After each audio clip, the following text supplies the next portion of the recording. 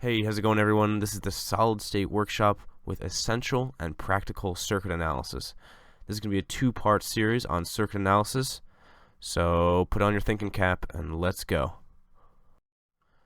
So what exactly is circuit analysis anyway? Well, circuit analysis is a toolkit for understanding and designing more complex circuits. So if you want to get into the world of electronics, or you want to understand electronic circuits, well, you're going to need to understand the concepts brought to you in circuit analysis first. And that's because circuit analysis is a layer of abstraction.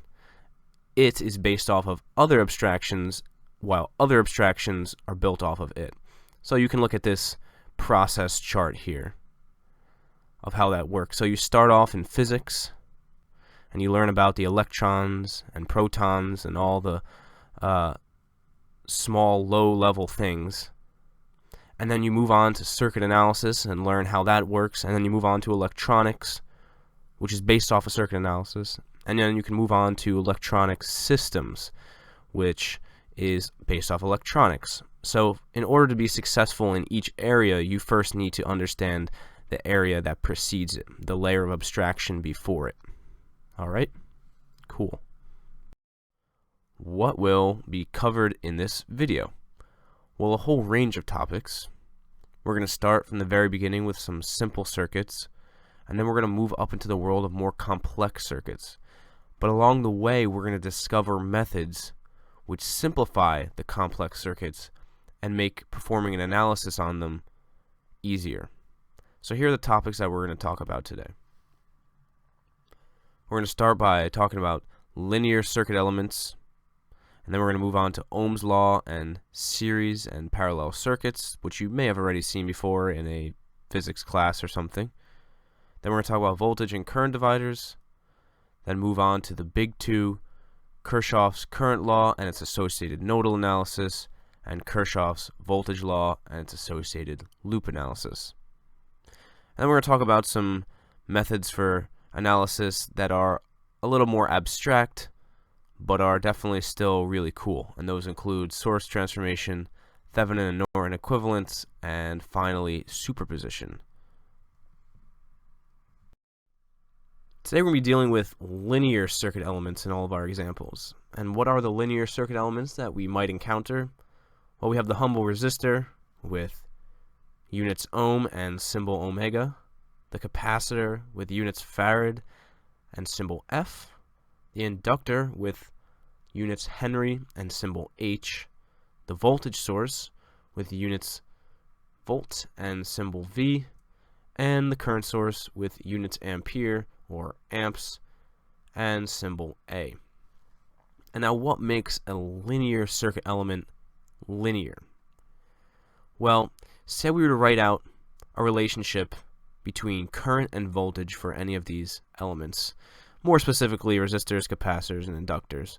But say we were to write out current as a function of voltage, we would find that the current through these devices, these elements, is going to be a function of voltage times some constant.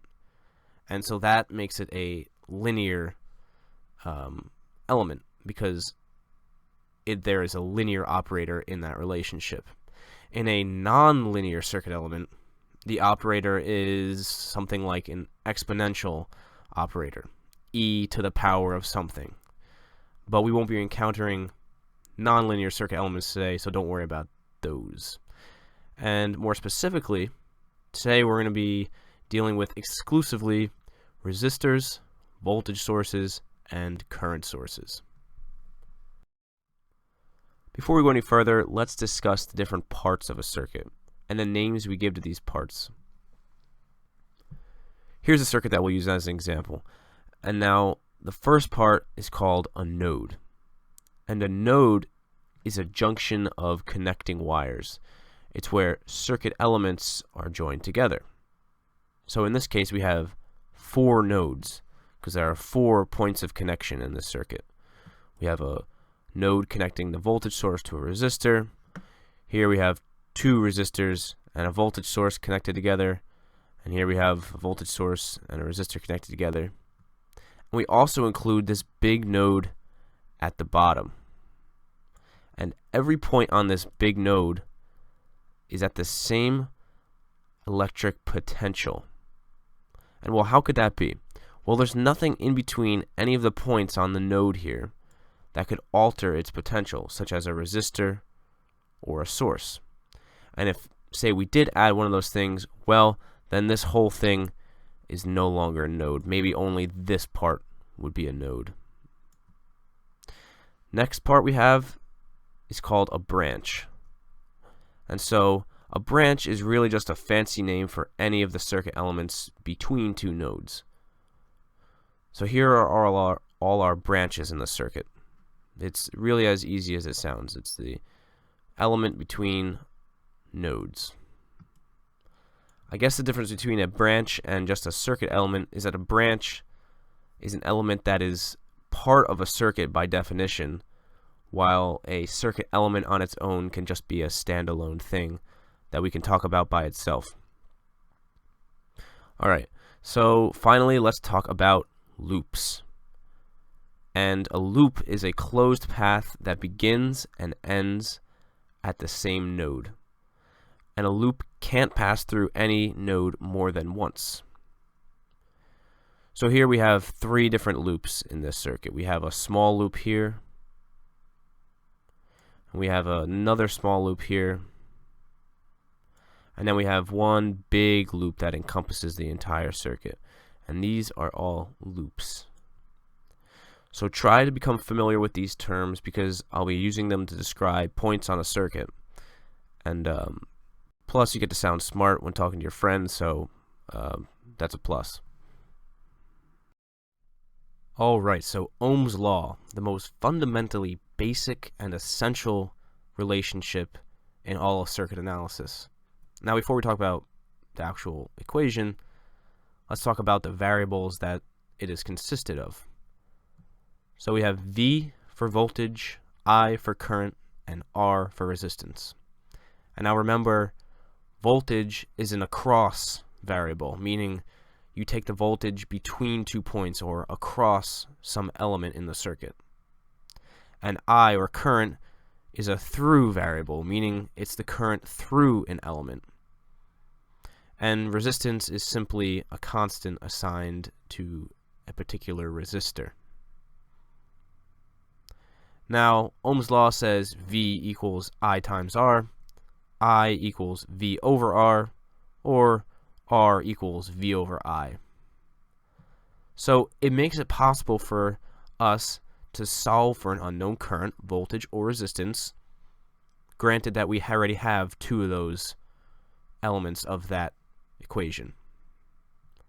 So if we have a circuit that looks like this with a voltage source of 30 volts and a resistance of 75 ohms, we can determine the current that must flow through that resistor. And that's easy because in this case, I equals 30 over 75, and that equals 0.4 amps. Circuit elements can be connected in two basic fashions, either in series or in parallel. So let's talk about series first.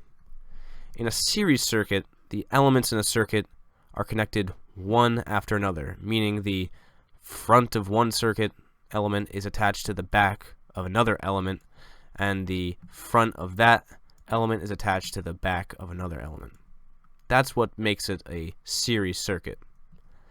In a series circuit, there's only one path for current to flow, and that's because there's only one loop here. Where else could the current possibly flow, and how could it possibly be different at different points in the circuit? So we could test for current here, and it'll be the same as current. The same value for current will be found here, and the same value for current will be found here.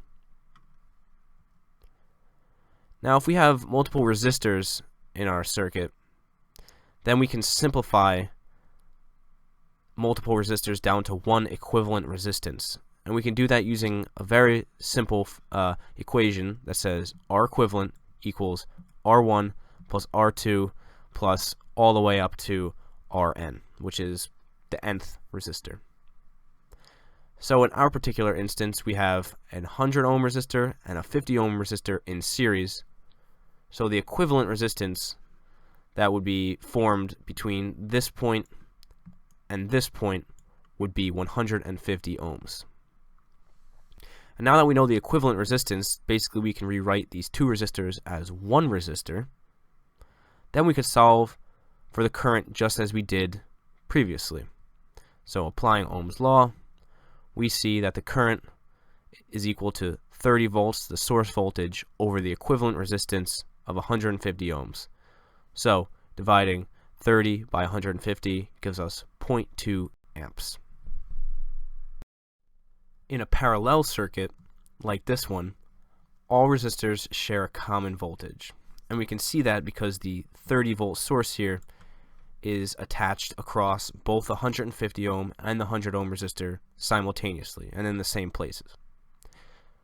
But the difference between parallel and series is that the currents through each of these resistors can be different, and in this case they are different because the values of the resistances are different. So there's going to be less current flowing through the 150 ohm resistor than in the 100 ohm resistor. And say we wanted to find the current up here, the green current. How could we do that? Well, we can turn these two resistors arranged in the parallel configuration into one equivalent resistor like we did in series circuits. And we're going to use this equation, 1 over R equivalent equals 1 over R1 plus 1 over R2 all the way up to 1 over Rn.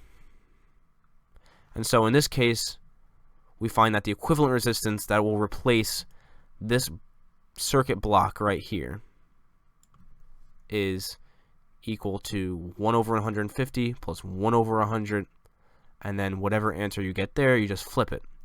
So this arrangement of resistors can be replaced by 160 ohm resistor. And so therefore we can find what that green current would be. And we're going to just use Ohm's law, and you divide 30 volts by our equivalent resistance of 60 ohms, and we find that the green current would be 0.5 amps. Now say we wanted to find the currents through each of the resistors. How would we do that? Well, we would simply divide the source voltage, since both share the same source voltage, by the resistance. So for the pink current through the 150 ohm resistor, that's equal to 30 volts over 150, which equals 0.2. And the blue current through the 100 ohm resistor is equal to 30 volts over 100 ohms, and that equals 0.3 amps. So some takeaways from here. Basically, we can say that the green current flows into this node here, this junction of components, splits. Some of it goes down one chute, and some of it goes down another chute here. And then back at the bottom, and then down at the bottom, these currents recombine back into the green current, and rinse and repeat.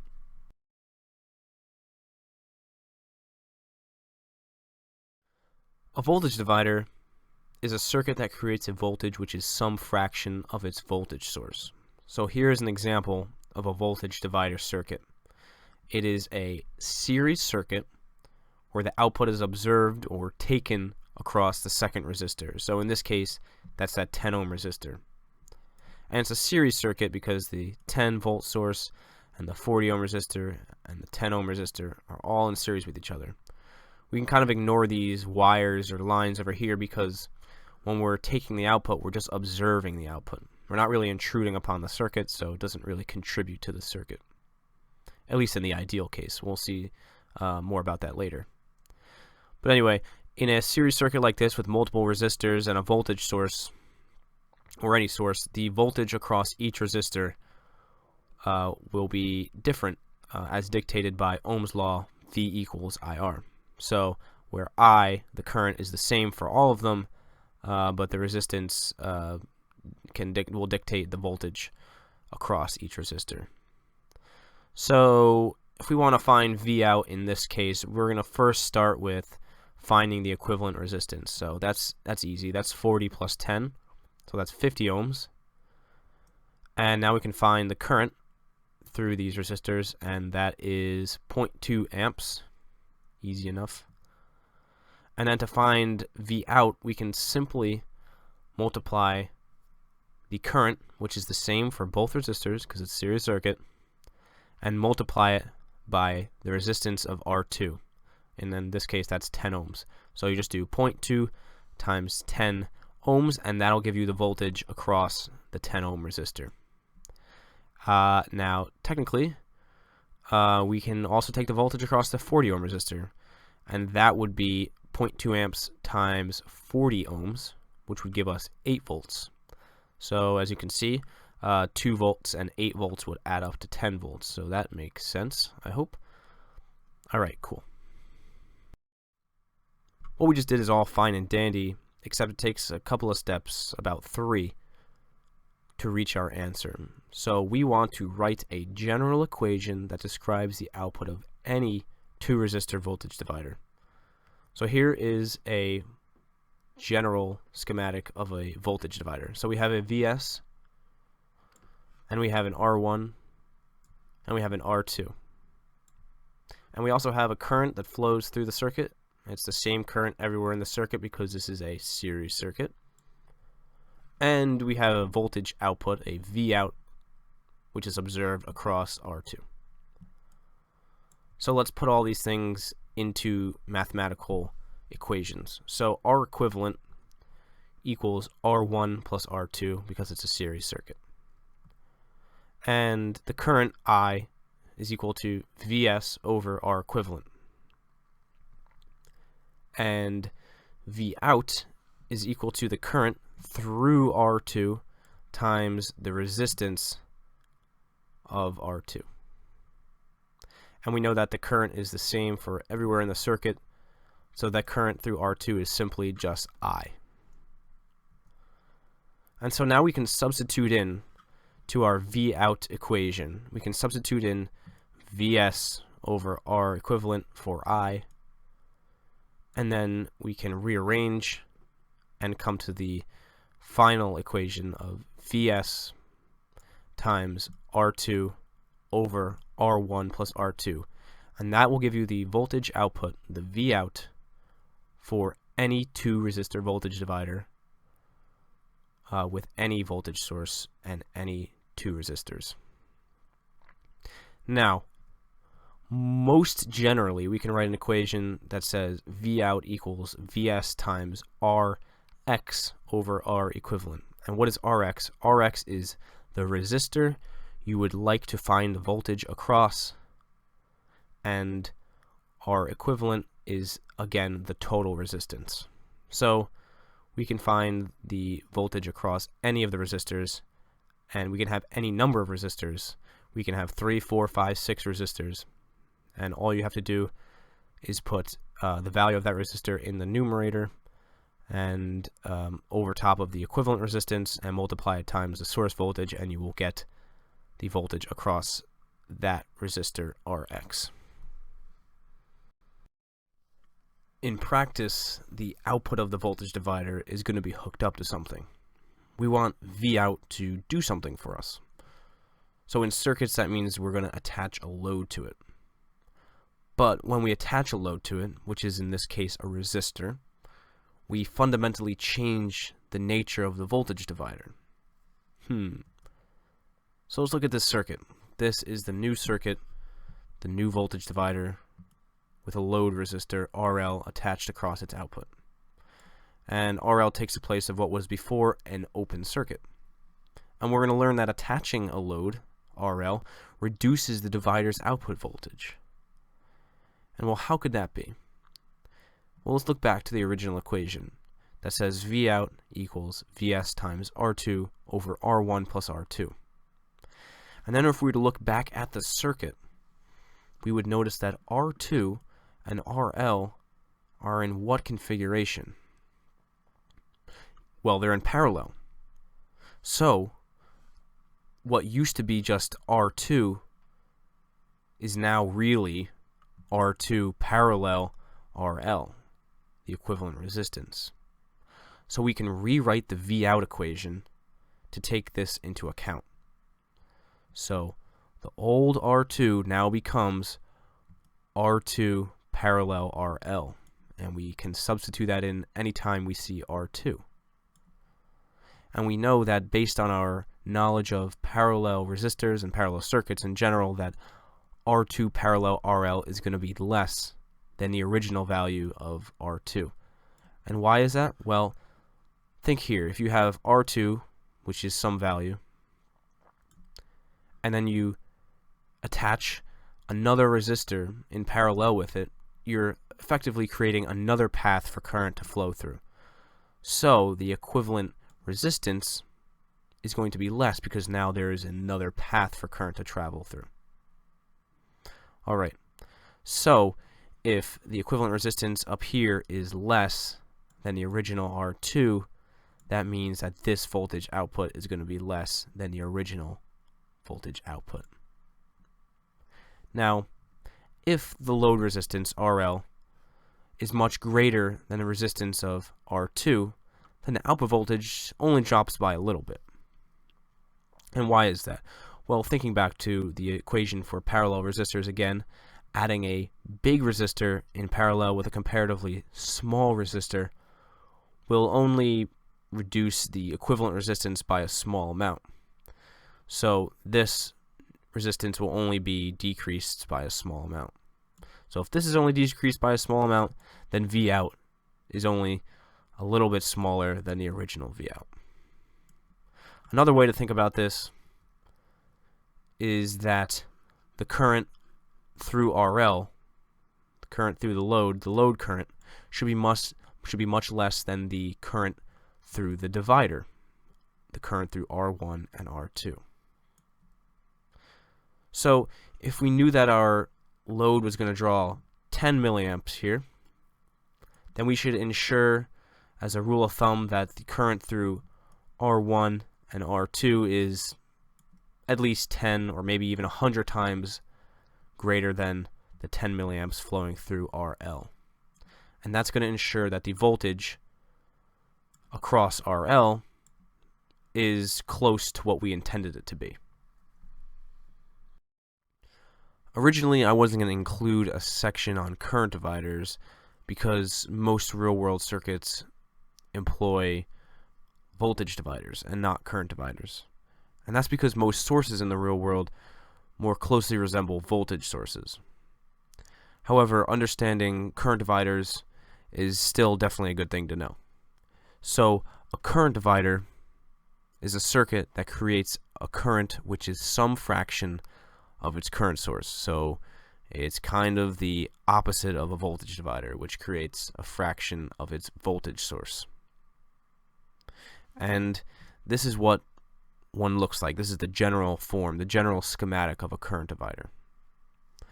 And a current divider is a parallel circuit where the output current is observed in one of its branches.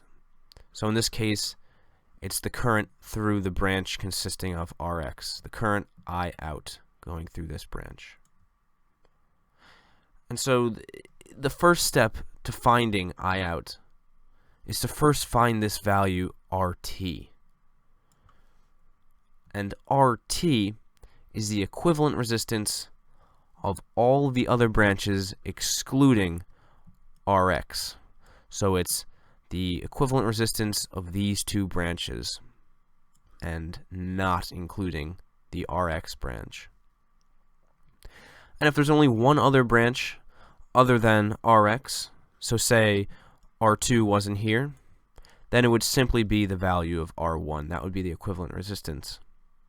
But since we have two branches here, we would follow the formula for a parallel circuit for parallel resistances, which is RT equals 1 over R1 plus 1 over R2, and then flipped. Now, to find I out, you're going to follow this equation, which says I out equals IS times RT over Rx plus RT. let's compare this to the voltage divider equation. In the voltage divider equation, what was in the numerator? Can you remember? Right, it was the resistor which we were concerned about, so R2 generally. But in the current divider, it's the opposite.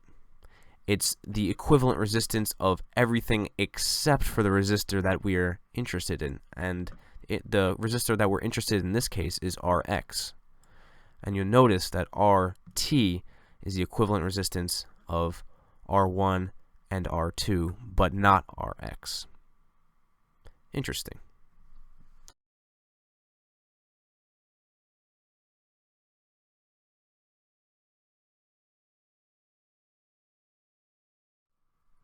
So here we are, the real meat and potatoes of circuit analysis. It's getting good.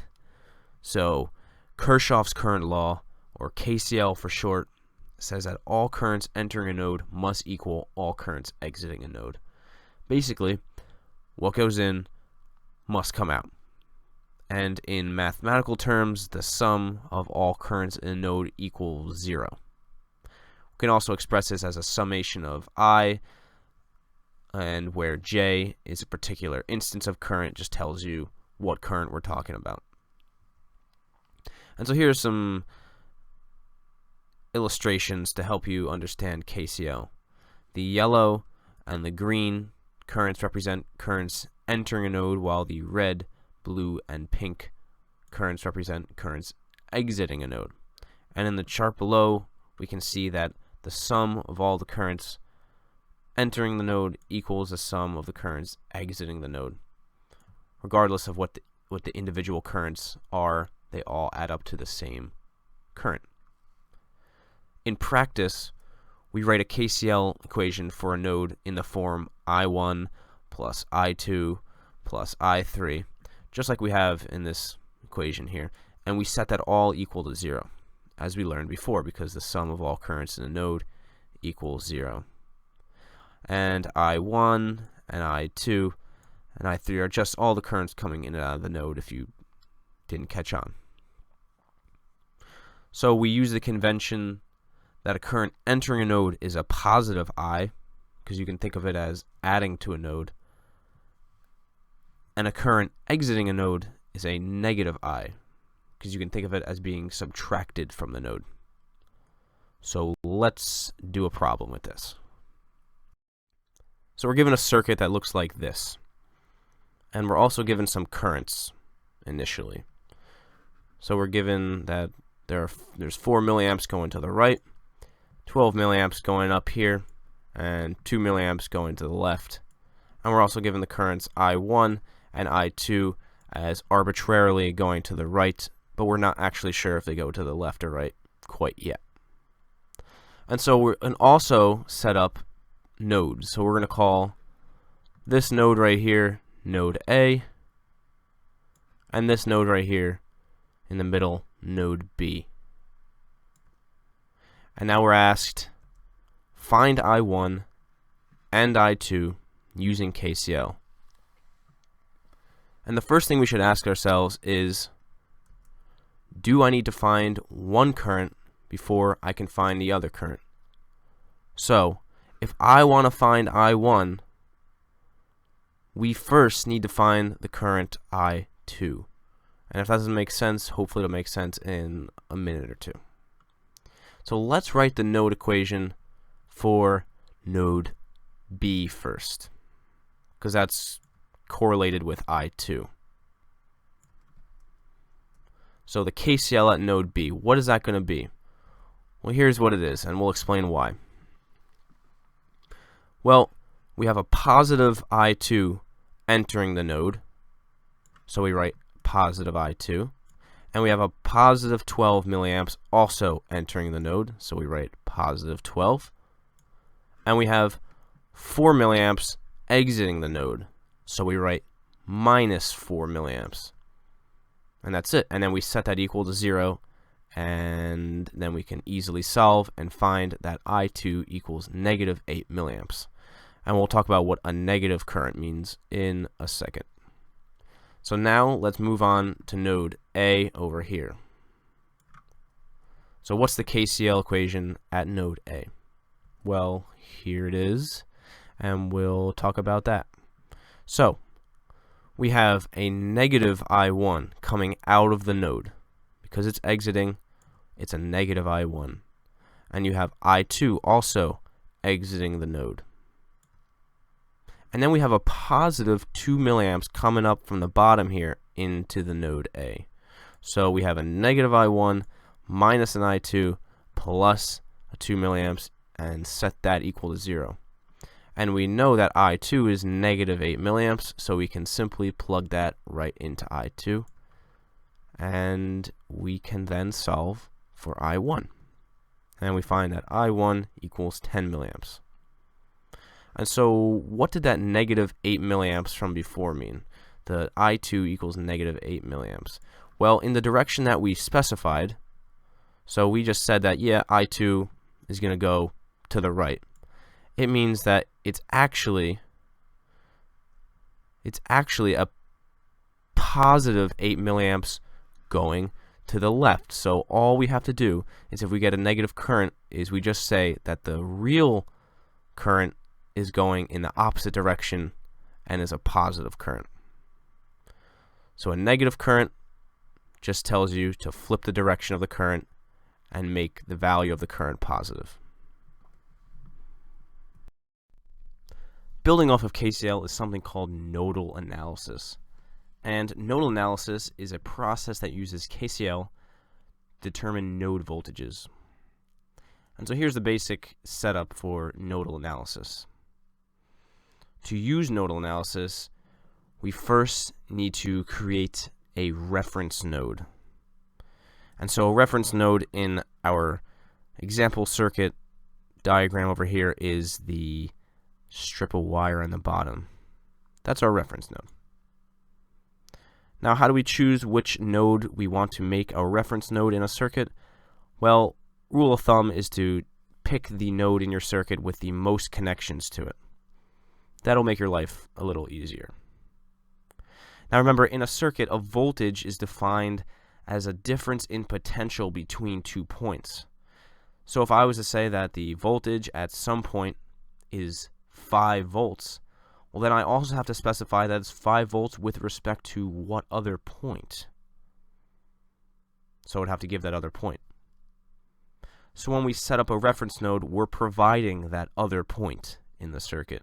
We're saying that all of our voltage measurements are referred or referenced to that reference node, so to this node down here.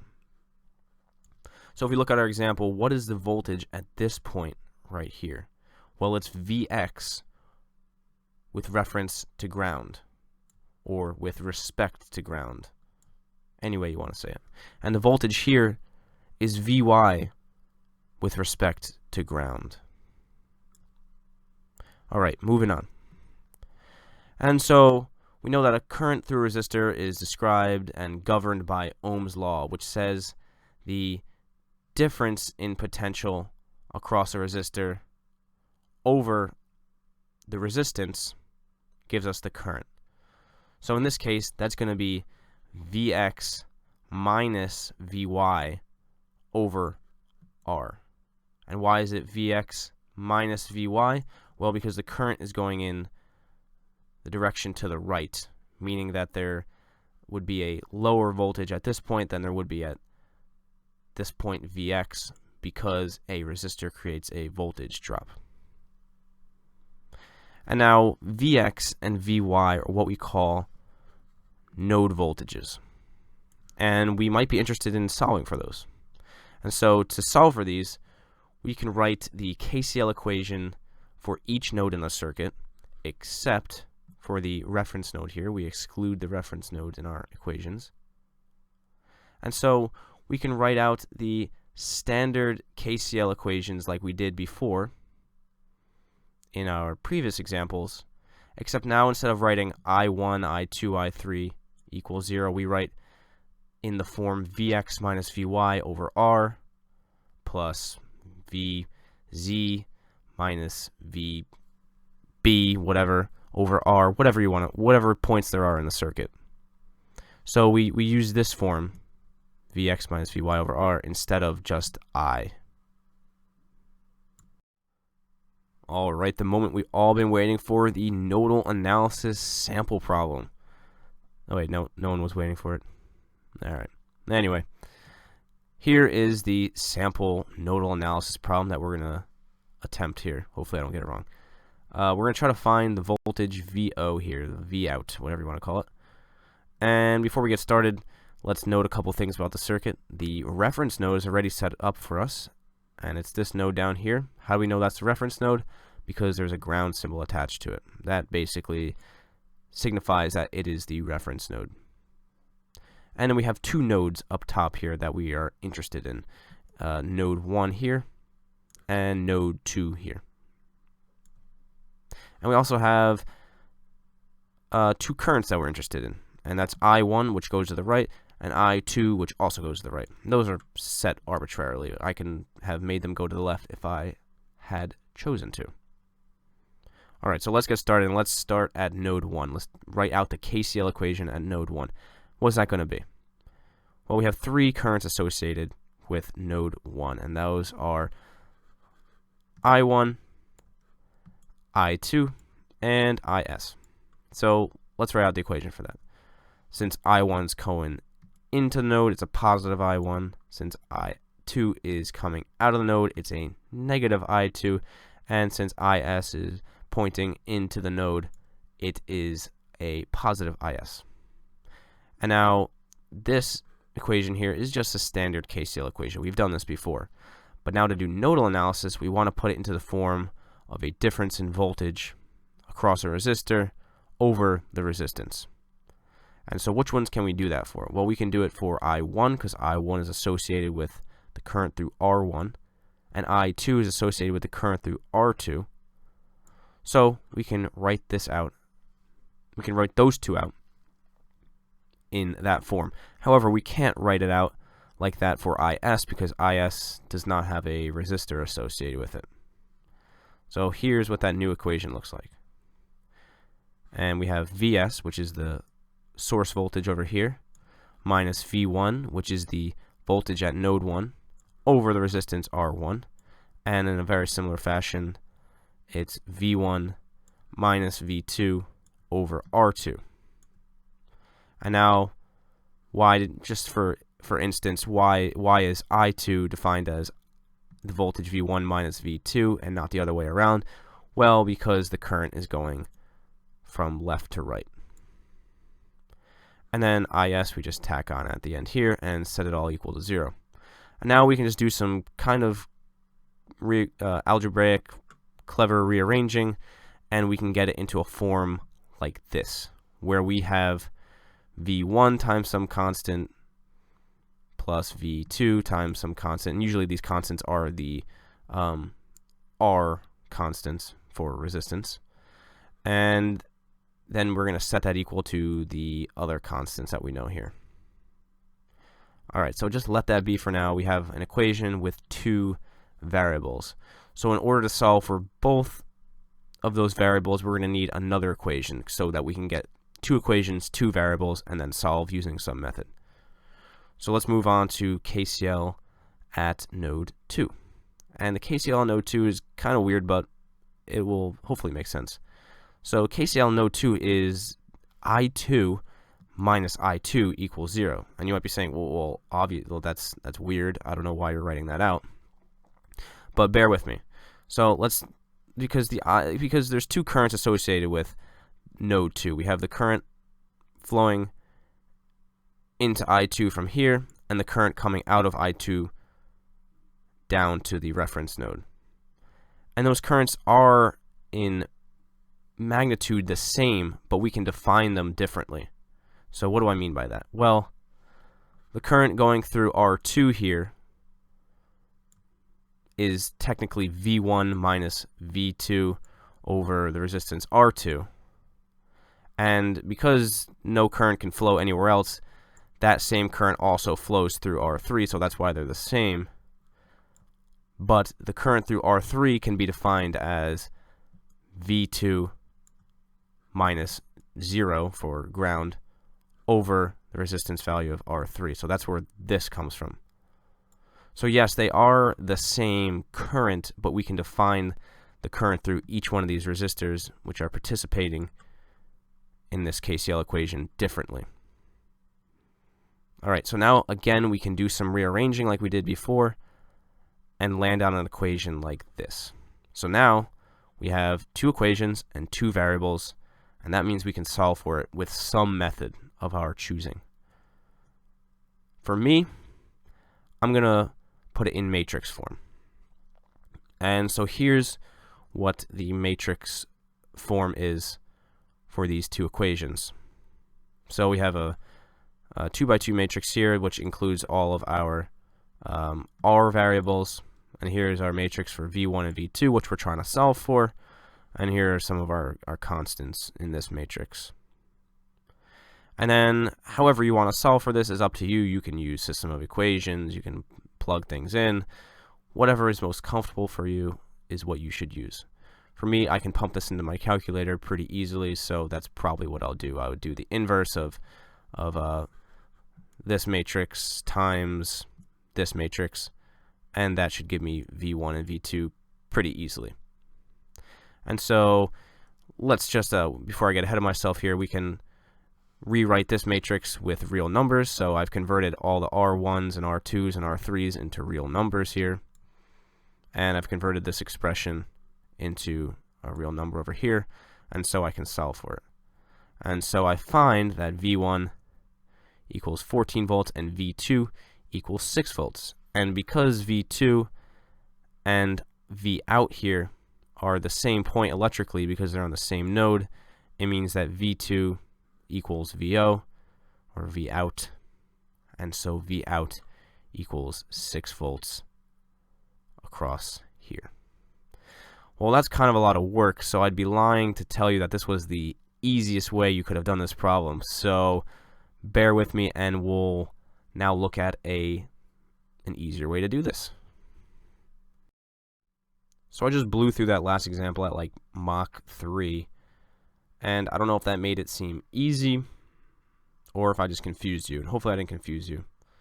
But the way we did that problem was not very smart. We kind of went into it blindly in a brute force method. We just kind of collected as much data as we could and then prayed that we could find an answer based off that data. So let's try to be a little smarter about it, and we'll do that in this method. Again, let's start with a KCl at node 1.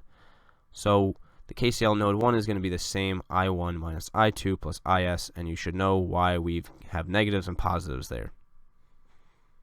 And as we start expanding it out into the nodal analysis form, the beginning, it starts off the same. Vs minus V1 over R1, which corresponds to the current I1 here. But now I2 we define as V1 over R2 plus R3. Why did we do that? Well, it's because we lumped together R2 and R3 as one resistor, because they are in series, as we learned before. And we can disregard this whole wire kind of flying off here, because there's no current in that wire. It's not going anywhere. It's not doing anything. So you can completely disregard that wire and just call this a series connection of R2 and R3.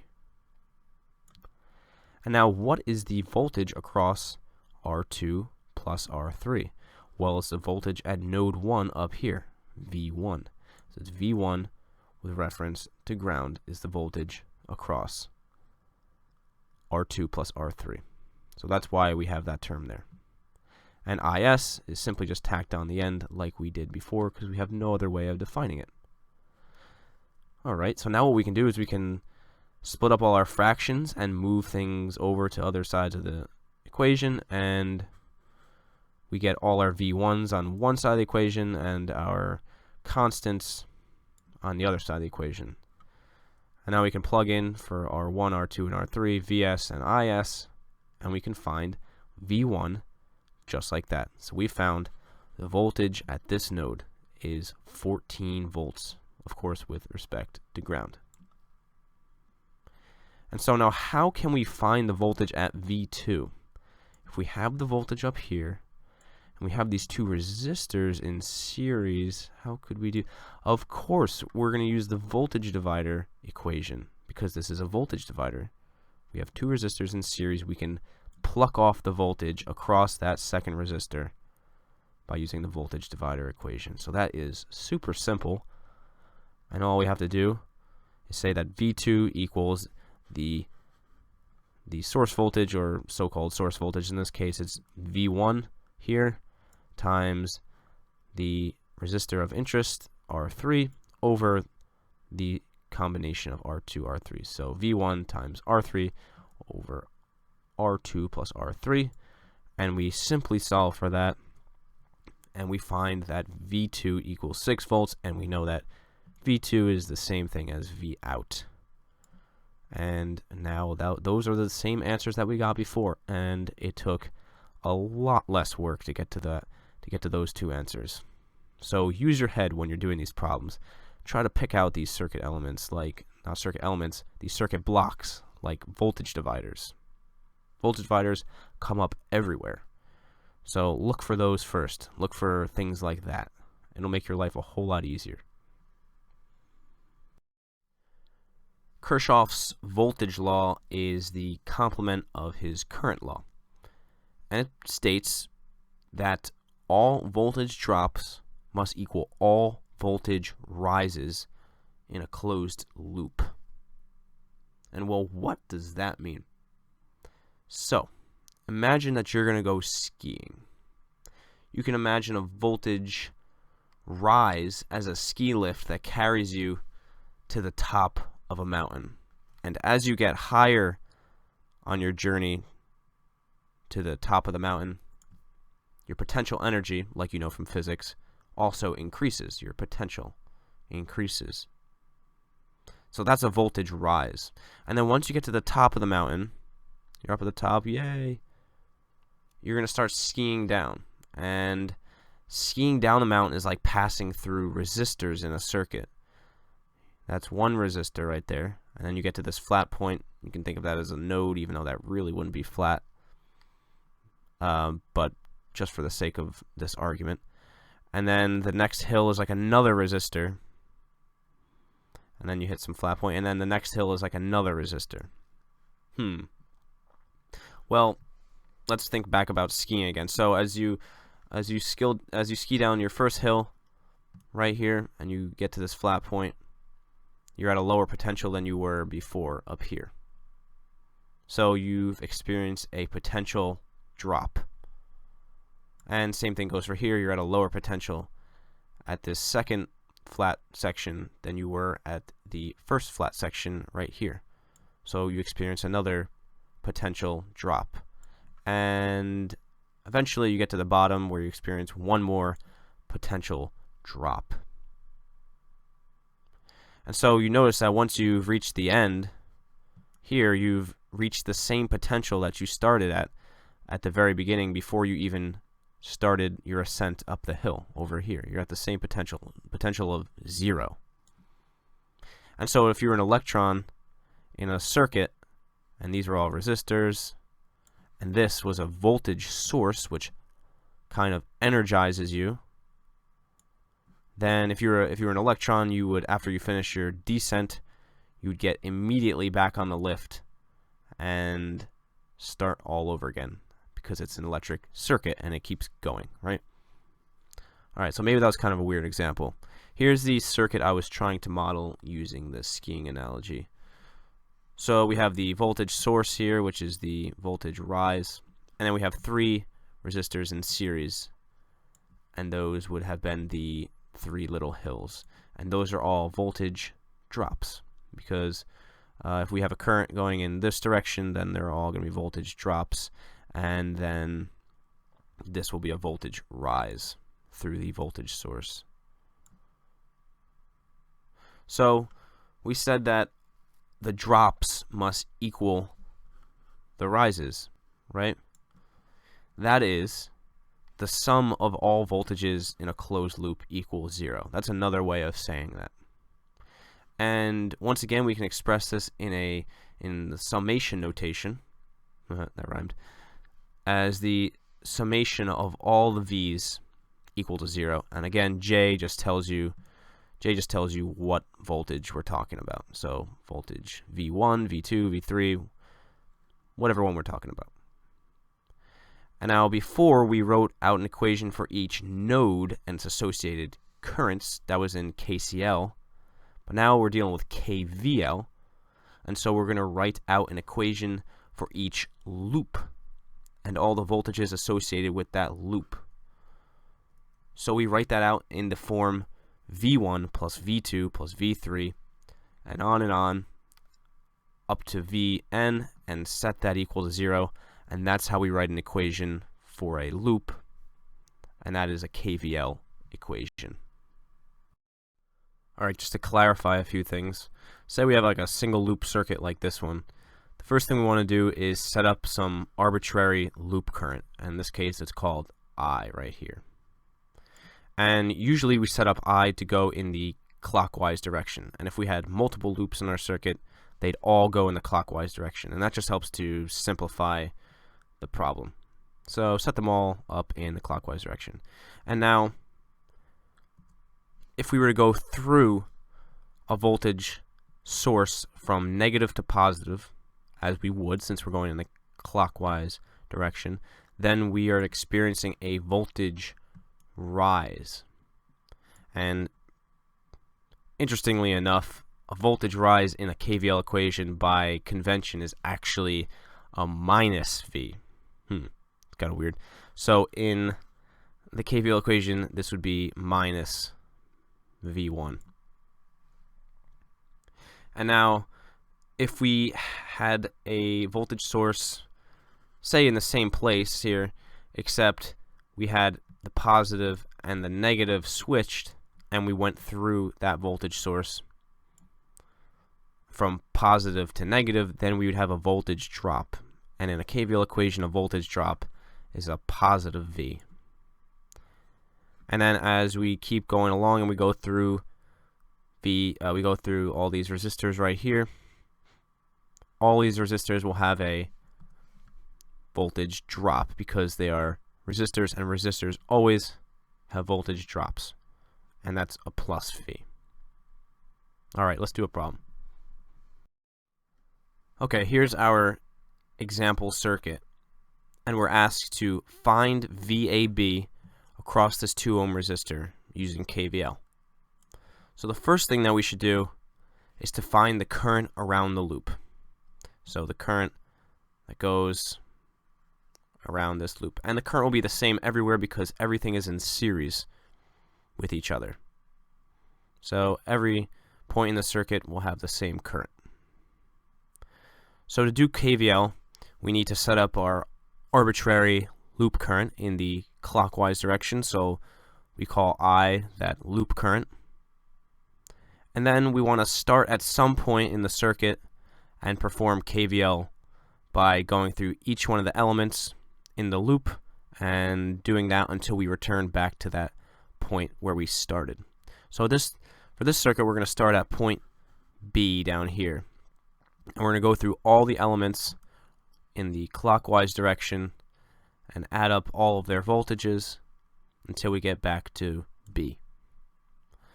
And here is what the KVL equation would look like, and we'll explain why. So we start at B and we go clockwise. We're going to go through a voltage source from positive to negative. That means it's a voltage drop, so you write a positive 15 in the equation. And then we get to this 3 ohm resistor right here, and we don't really know the voltage across it, but we do know that there is a current I going through that resistor. So V equals IR as per Ohm's law, so you can just simply write plus 3 times I. Since it's a voltage drop, it's a positive 3I.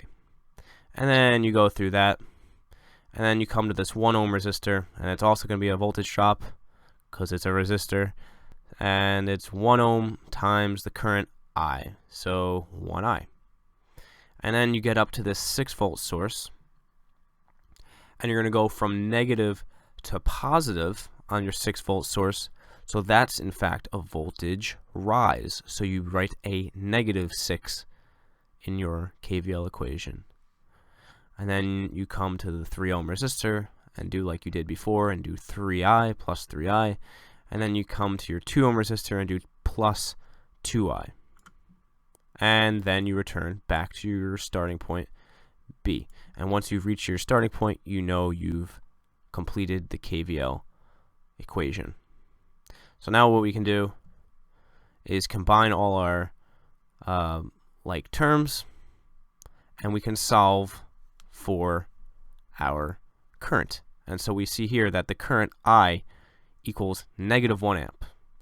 And what does -1 amp mean? It means it's actually 1 amp in the opposite direction that we specified. So yeah, it is in fact in the other direction. So now we want to find VAB. How can we find VAB? Well, of course, very easily. We know that V equals IR, and so we just multiply the current times the resistance in which AB is across, and AB is across this 2 ohm resistor here. So we do VAB equals -1 amps times 2 ohms, and we get that VAB would be -2 volts from A to B, which is the same thing as a positive 2 volts from B to A.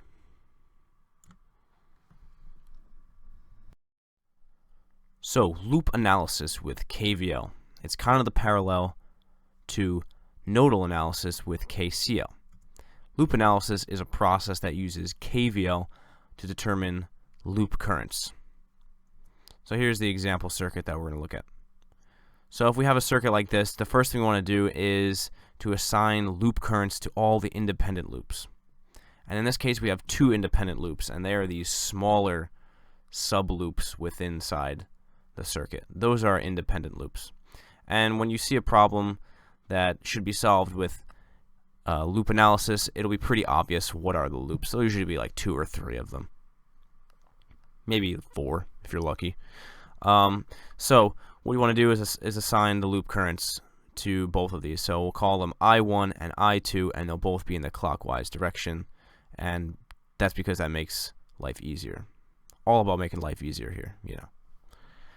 Alright, so to solve for these loop currents, we want to write a KVL equation for each of them, and then solve using system of equations or matrices or whatever floats our boat. Alright, so now a couple words of wisdom, even though I'm not that wise, but a couple words of wisdom about solving these. If we're in loop 1 with current I1, then say we're to go through this middle resistor here. What's the value of the voltage across that resistor? Well, you would initially say, well, it's R times I1, right? Close, but look, I2 is also passing through that resistor. We're not in I2, but I2 has to be considered. So what is the voltage across this resistor? Well, it's the resistance value R times I1, which is in the positive direction, because we're going in the positive direction of I, minus I2, because I2 is going in the opposite direction of I1. So I1 is in the positive direction, so we have a positive I1 minus I2 because it's going in the opposite direction of I1. So R times I1 minus I2 is the voltage across this resistor. And now say we were in the I2 loop, it would be basically the opposite. I2 is now in the positive direction because we're going around the loop like this. And now I1 is going in the opposite direction because I1 is going down through that resistor and I2 is going up through that resistor. And we're going to say that I2 is in the positive direction because that's the loop that we're in. So R times I2 minus I1 for that particular loop. Hope that makes sense. Alright, so let's work on this circuit using loop analysis. We're asked to find the current I1 through this 1K resistor. And we're going to set up 3 different loop currents because we have 3 independent loops in this circuit. So we're going to set up an I1, an I2, and an I3 loop. And so let's start up in I1 and write the KVL equation for that. So the KVL for I1, here it is. And how did we get there? Well, say we started in the lower right-hand corner of the I1 loop, right here, and we went in the clockwise direction as per I1 is in. What would we get? Well, we go through this voltage source from negative to positive, so therefore we have a negative 15 as per the convention.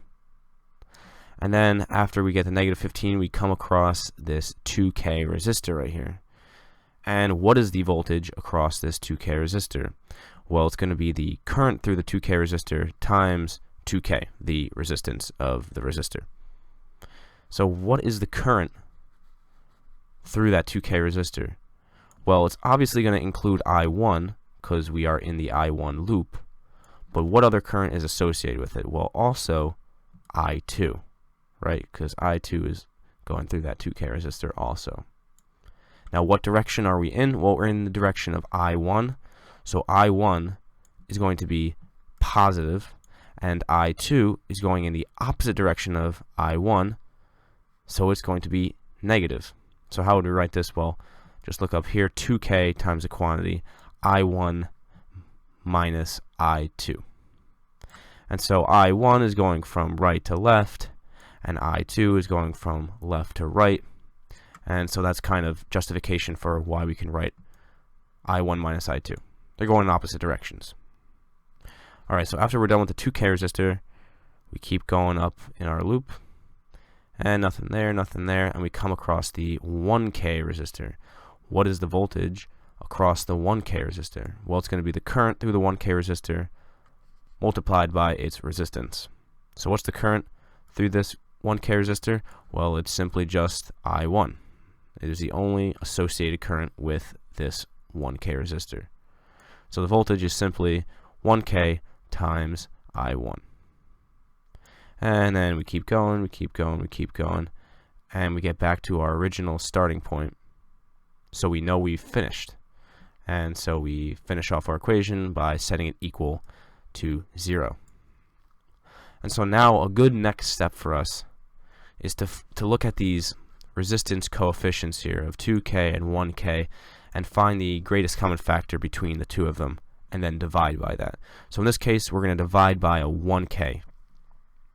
So let's divide everything in this equation by 1K and then simplify further. So here's what we get. Now, how did we go from a 15 over 1K, negative 15 over 1K, to negative 15 milliamps? Well, if you remember, if you divide something in volts, which 15 is in, negative 15 is in, by something in kiloohms, you will get something in milliamps. Maybe something good to remember. Makes your life easier. Now, 2K and 1K are going to cancel to just a 2, and 1K and 1K are going to cancel to a 1. And of course, 0 divided by 1K is going to be 0. Alright, so now we can simplify this a little more and come across our final equation for the KVL for the loop I1. So we have two variables and one equation, so we're going to need at least one more equation to solve for both of those variables. So let's move on to the KVL for I2, and we're going to follow a very similar process to find our KVL for I2. So let's start in the same place that we kind of started in I1. We'll start in this lower right hand corner and we'll move clockwise. So what's the equation going to be? So here it is. And how do we get there? So if we're in our loop and we move clockwise, the first thing we come upon is the 2K resistor. What's the voltage across this 2K resistor? Well, it's simply going to be, again, the current through that resistor times its resistance. So what's the current going through that resistor? Well, it's only going to be I2. There's no other associated currents. Nothing else is flowing through the 2K resistor. So the voltage is simply 2K times I2, as we have here. And then we keep going clockwise around the loop, and we come across the second 2K resistor. And now the voltage across this 2K resistor is going to be basically the opposite of what we found in the I1 loop when we were in the I1 loop. So up here, remember, we found that the voltage across that same resistor was 2K times I1 minus I2, the quantity of. But now we're going to find that the voltage in this loop is going to be 2K times I2 minus I1, which is basically the opposite. And so why is that? Well, now remember that we're in the direction of I2. I2 is our positive direction. So it's going to be a positive I2. And I1 opposes I2. It's in the opposite direction. So we're going to have a negative I1. Because I2 is going from left to right. And I1 is going from right to left. So that's why we have a positive and a negative. Alright, so then after the 2K resistor, we hook a right here, and we meet up with our 4K resistor. So what's the voltage across the 4K resistor going to be? Well, again, it's going to be the same thing. Its resistance times the current through it. So we're in the loop I2, so that takes the positive direction. I2 is in the positive direction, so I2 is positive again. And now we have I3 also going through that 4K resistor, and I3 is in the opposite direction of I2, so we write a negative I3. And after we were done with that resistor, we come back to where we started. So we know we've finished. Set our equation equal to 0, and let's do a similar process to what we did in I1. So what are we going to do? Well, find the greatest common factor of all the resistances, which in this case is going to be 2K, and divide everything by 2K. And so a little more simplification, and we land upon something like this. So how do we get this 5 milliamps? How did that sneak in there? Well, look at our I3 loop over here. What is in our I3 loop? We have a current source, a 5 milliamp current source. So whenever you have a current source in one of your independent loops, the value of the loop current, I3 right here, will automatically take on the value of the current source. So, actually in this case, I3 is going to be a negative 5 milliamps. And why is that? Well, you guessed it, it's because the 5 milliamp source is going in the counterclockwise direction, and I3 is in the clockwise direction. So to account for that, we make I3 a negative 5 milliamps because it's going in the opposite direction of I3, of the 5 milliamp source. So that's why when we have an I3 right here, it's a negative I3. You plug in a negative 5 milliamps and a negative, make a positive, and that's why we get positive 5 milliamps right here.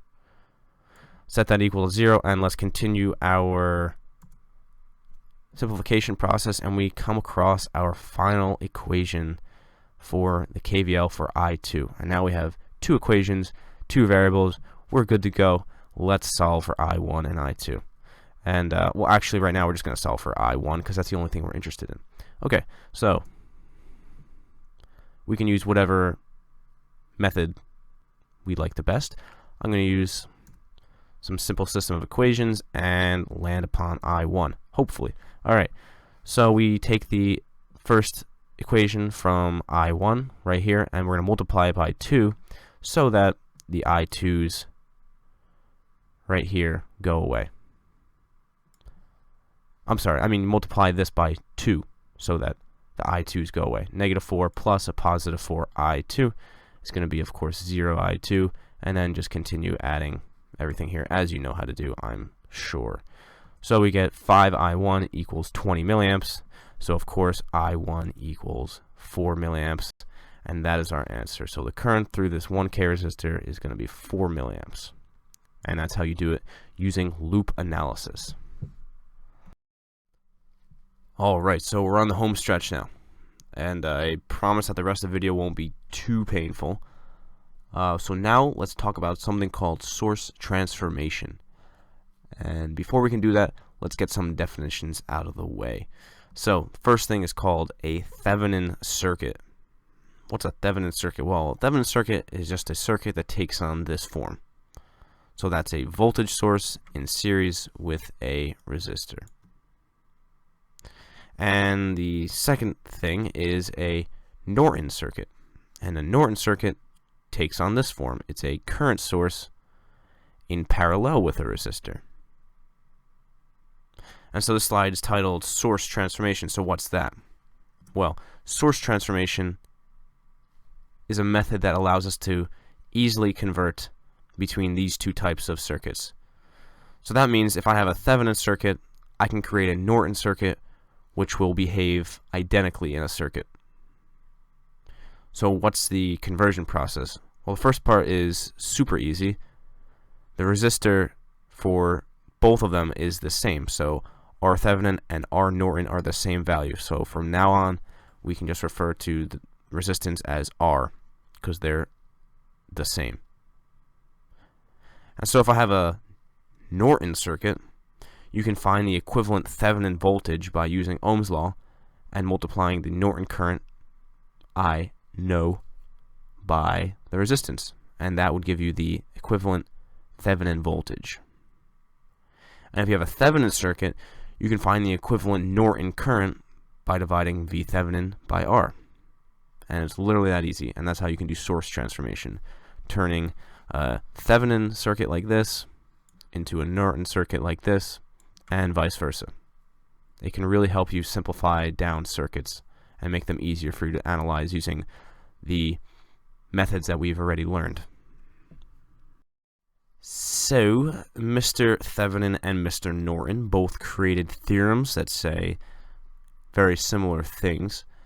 Basically, they say you can take any black box circuit consisting of voltage sources, current sources, and resistors, and can convert them into a Thevenin circuit or a Norton circuit. And a black box is basically just some system or some circuit where you don't really care about the actual components inside of it. You may know the components and you may know the schematic for the black box circuit, but you don't really care about them because all you care about is how the black box interacts with the outside world. What are its inputs and outputs like? So you can reduce a super complex circuit to just one source and one resistor. And that's all you need to describe the behavior of one of these circuits. And as we just learned about source transformation, you can convert this black box circuit into, say, a Thevenin equivalent circuit. And then once you have it in the form of a Thevenin equivalent circuit, you can easily convert it to a Norton equivalent circuit. And of course, you can do it the other way around.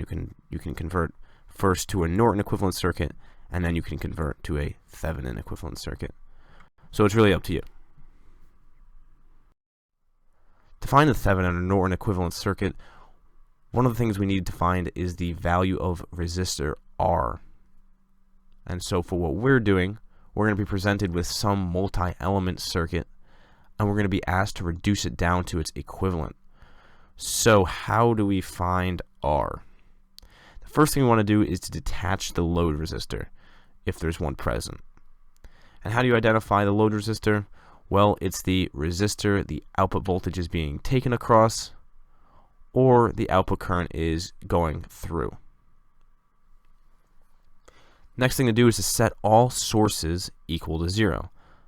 That means you're going to short circuit all the voltage sources and you're going to open circuit the current sources. And why does this set them equal to 0? Well, remember that a voltage is a difference in potential between 2 points in a circuit.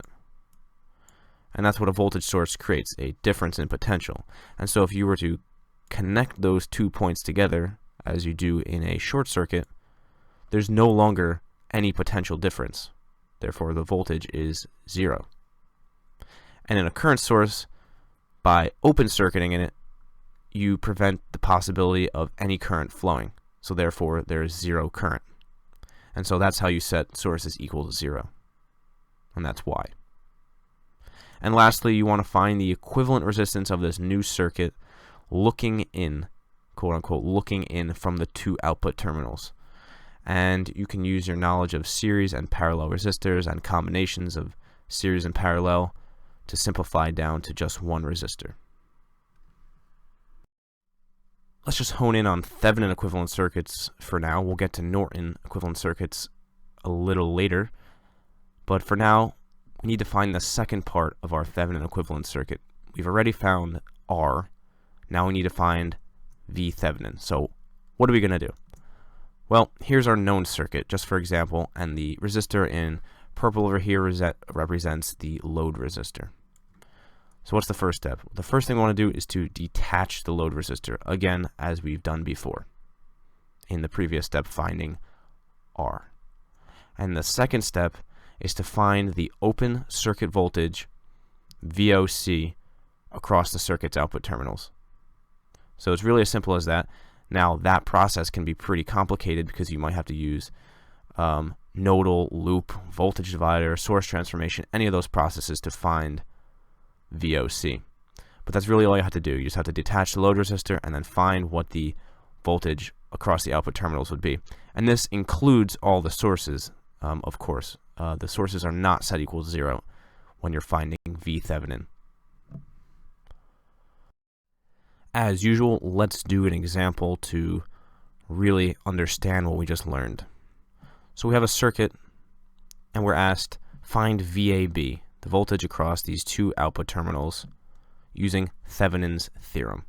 So what's the first thing that we're going to do? Well, let's find R Thevenin, or just R, whatever one you want to call it. So here's how we find R Thevenin. In this new circuit over here, well, what have we done? Well, we've removed the load resistor of 6K, and that's the load resistor because AB is across it. And then we've short-circuited our 3-volt voltage source, and we've open-circuited our 2 milliamp current source. And now all we have to do is find the equivalent resistance of this new circuit looking in from these terminals. So we get an equivalent resistance of 3 kiloohms. Easy. Now the next part is going to be a little more difficult, but it's going to be finding V Thevenin. So what are we going to do? Well, here's a circuit we're going to work on. We've moved this circuit down here, and we've removed the 6 kilo ohm load resistor. And I've labeled this as node 1, and the voltage at node 1 being V1. So there's a bunch of different ways you could do this to solve for VOC, but here's the way I'm going to do it. Let's do the KCL at node 1. So we have 2 milliamps going into the node, and we can't have a current here because this end is disconnected. So we can only have a current through the 2K and the 1K, like so. So the KCL is simply going to be 2K into the node, and then out of the node comes a current of V1, since that's the voltage here, over the equivalent resistance of 2K plus 1K, which is 3K, and then and set that equal to 0, because those are the only two currents. And then we can simplify, and we get that the voltage at V1 is 6 volts. So basically you can think of it as a 6 volt current voltage source between here and here. So now how can we find VOC? Let's try a KVL, and we can do a KVL on this loop right here. Even though VOC is totally an open circuit, you can still do a KVL on it. You can create a loop that includes that voltage. So here's how the loop turns out. And how do we get a negative 6 volts? Well, remember, if this is technically a voltage source between here and here, you're going to go through the negative to the positive here of that voltage source. So that would be negative 6 volts. And then you get a negative 3 volts going through the voltage source here. And then you get a positive VOC going through the voltage source, and then you've returned back to where you started. So that's how we get that KVL. And then you can simplify and add, and you get that V Thevenin, which is the same thing as VOC, equals 9 volts. But we're not done, because we just found VOC, or we found V Thevenin, and we found R Thevenin, but now we need to find VAB, which is the voltage across this 6K resistor right here. So let's move on to the right over here. And this is our circuit now including the load resistor, because we can't just disregard that load resistor. It's still part of the circuit. Here's our equivalent, our Thevenin equivalent circuit. It includes the 9-volt source right here and the 3K resistor in series. And then we add in the 6K load resistor. So we're asked to find the voltage across that 6K load resistor. And well, how can we do that? Well, it should be obvious by now. We're going to use a voltage divider, and that's real easy because all you have to do is multiply that source voltage of 9 volts by the R2 over R1 plus R2 combination, and that's going to be a VAB of 6 volts. So as you can see, kind of a lot less work than doing it in a more traditional manner, but we still get to the same result, and we can probably do it quicker. Norton equivalent circuits. So to find I Norton, which is the parallel to V Thevenin, we follow a very similar process with some small changes. So we have a known circuit, and again, the first step we're going to do is to detach the load resistor, just as we did before. And now the second step is to short circuit the output terminal. So we didn't do this before. Before we had an open circuit, but now we're going to short circuit the output terminals, meaning we take a piece of wire and directly connect those two terminals together. And the third step is to find the short circuit current ISC through the shorted output. So the current through that piece of wire that we just put in there. Whereas before we found the open circuit voltage between those two terminals, now we're finding the short circuit current. And now you can use, again, any form analysis to find that short circuit current. Nodal, loop, voltage divider, whatever is the quickest and the easiest, or whatever you understand the best. Let's do the same problem we did before using Thevenin's theorem, and now let's use Norton's theorem. So here's the circuit from before, and we're asked to find VAB, and now we're going to use Norton's theorem to find VAB. How is the process going to be similar, and how is it going to be different? Well, the first part, finding R Norton or R Thevenin, the same thing, is going to be identical. So we just short circuit our voltage sources, open circuit our current sources, and remove the load resistor, and find the equivalent resistance. And that's what we did here. 3 kiloohms, same as before. And now we have to find I Norton. So how do we do that? Well, I redrew the circuit down here, except now I removed the 6 kiloohm load resistor, and I've short circuited the output. Next thing I'm going to do is just for me visualizing, I've moved the voltage source over there, just so I could see a little better. You don't have to do that, personal taste.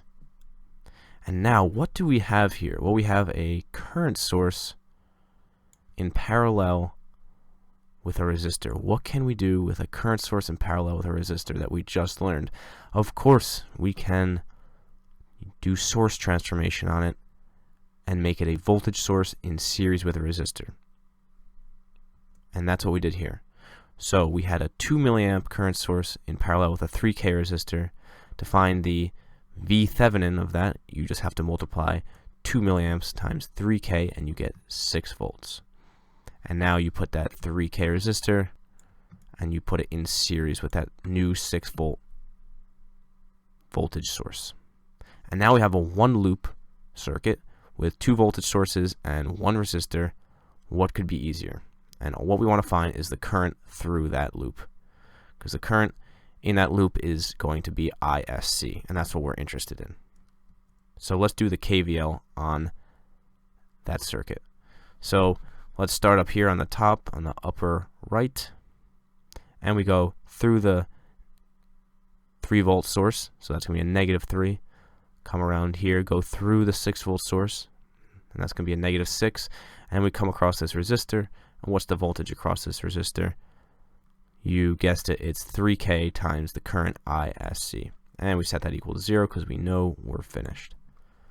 And so we can reduce and simplify, and we get that ISC equals 3 milliamps. So that is our short circuit current, 3 milliamps. And that's also equal to I Norton. So now let's rewrite our circuit in its Norton form. And now we can solve for VAB. So here it is.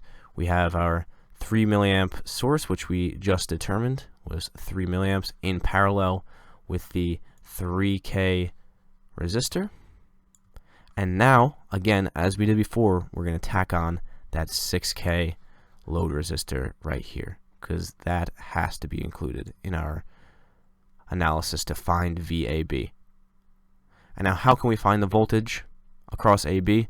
Real easy. Find the equivalent resistance of the 3K and the 6K in parallel, which turns out to be 2K, and then do V equals IR, and that is going to be 3 milliamps times the 2 kilo ohm resistor, the equivalent resistance between 3K and 6K, which is 2K, so 2K times 3 milliamps, and we get 6 volts across AB, just as we got before using Thevenin's theorem, and now we've just used Norton's theorem to find the same answer. So it's really up to you. Which one do you like better? And use whatever one makes more sense for you. Alright, so there's light at the end of the tunnel now. Thank you for sticking with me. We're almost done. The last topic for today is superposition theorem, and it's really a clever theorem. So in a circuit, you can think about voltage sources and current sources as driving forces, each which contribute to the circuit in some way. So superposition basically says you can consider the circuit one source at a time, find each source's contribution to the circuit, and then add up all those contributions at the end. And that will be the actual contribution.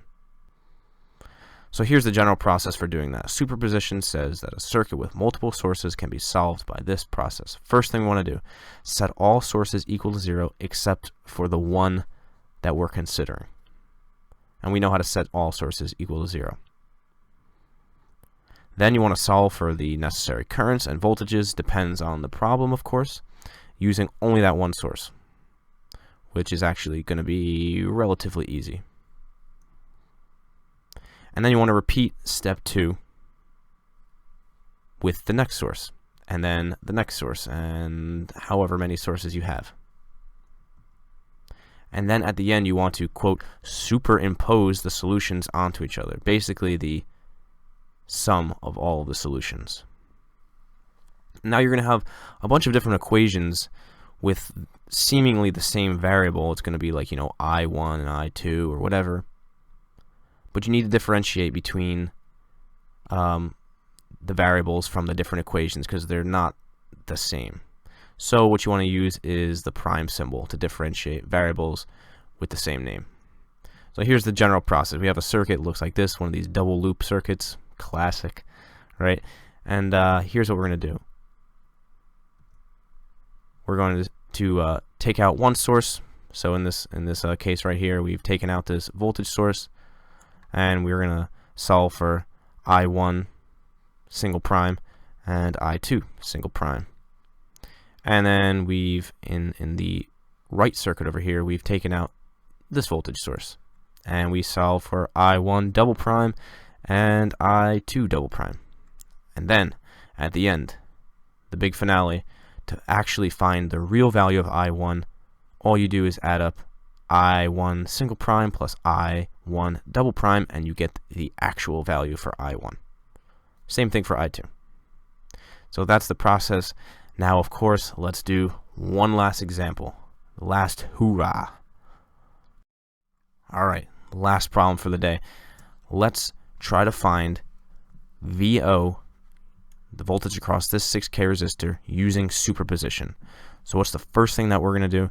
Well, we're going to draw the circuit with one of the sources removed. And the first source we're going to remove is the 12 volt source. So that's going to get short circuited. So that's what happens here. And now you're probably wondering, whoa, where did these two 6K resistors go?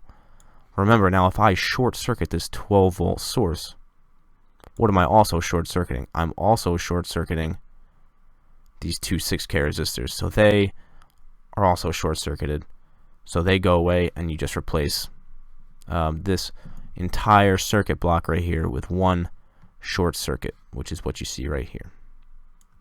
And now we're interested in solving for VO single prime right there. What have I done to help us out a little bit? I put in a current I1. And so what type of circuit are we looking at right here? Well, we're looking at a classic current divider. And how are we looking at a current divider? Because we have a current source, and these two branches right here, they're in parallel. So that's a classic example of a current divider. So if you can think back to the equation of a current divider, we're going to find that I1 is defined like this.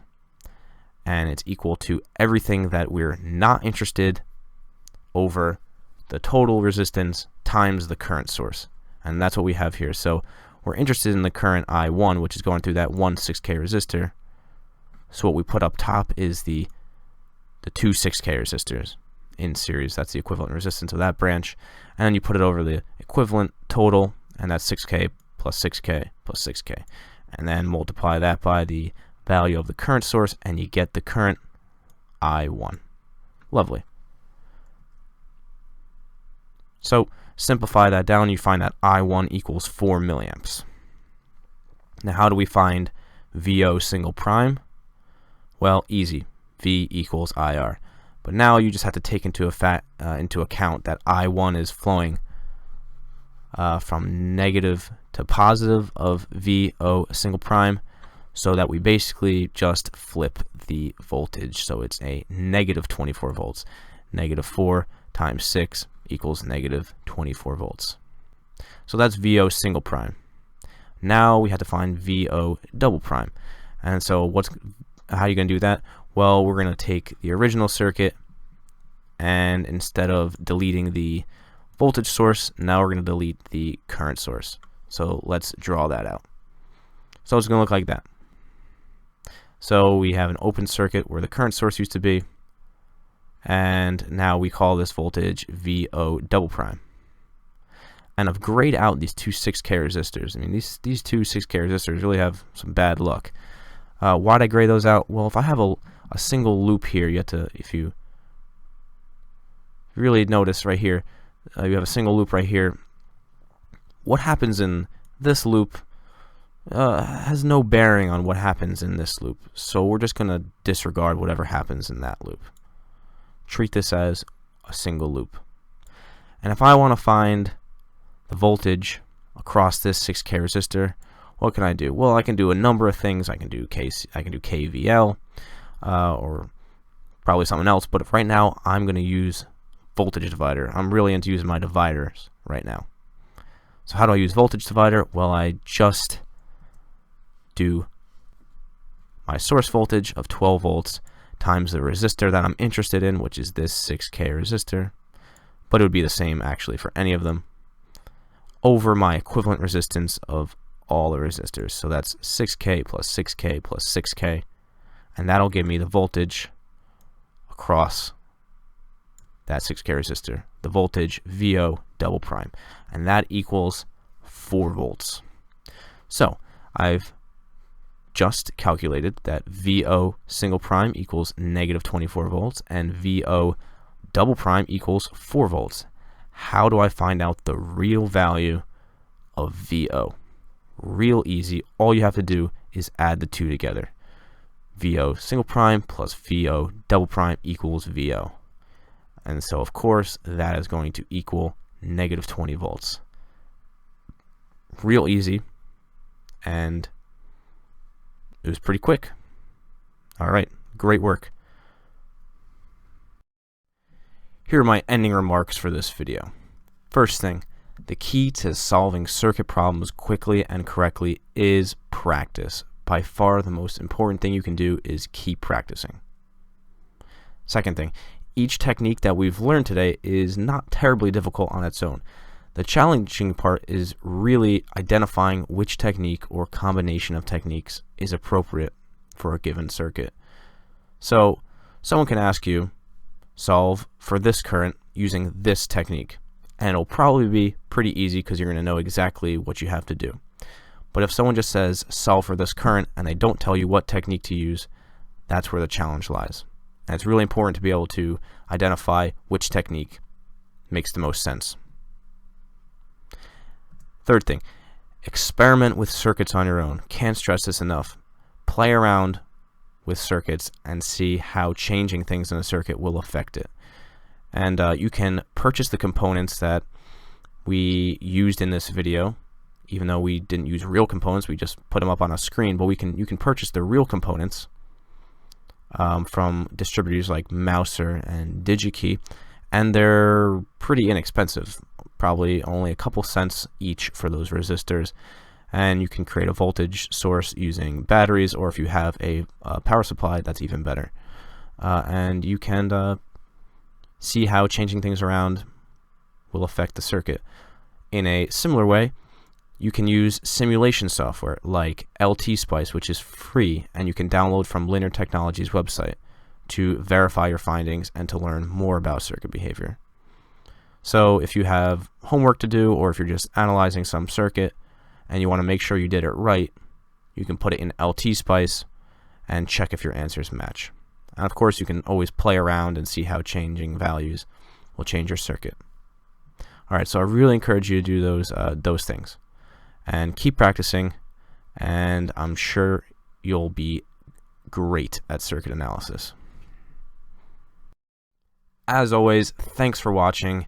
I know my videos are long, and if you sat through this whole thing, thanks so much. But I hope it was helpful for you.